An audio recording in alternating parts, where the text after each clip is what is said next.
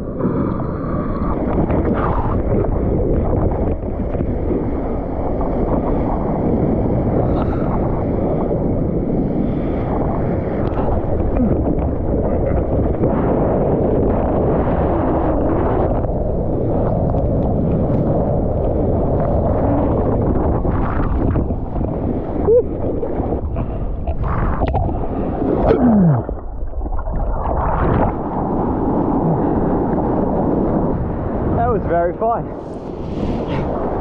The snow turned to sleet and I was just getting hit by ice pellets the entire time, but that was a very fun surf.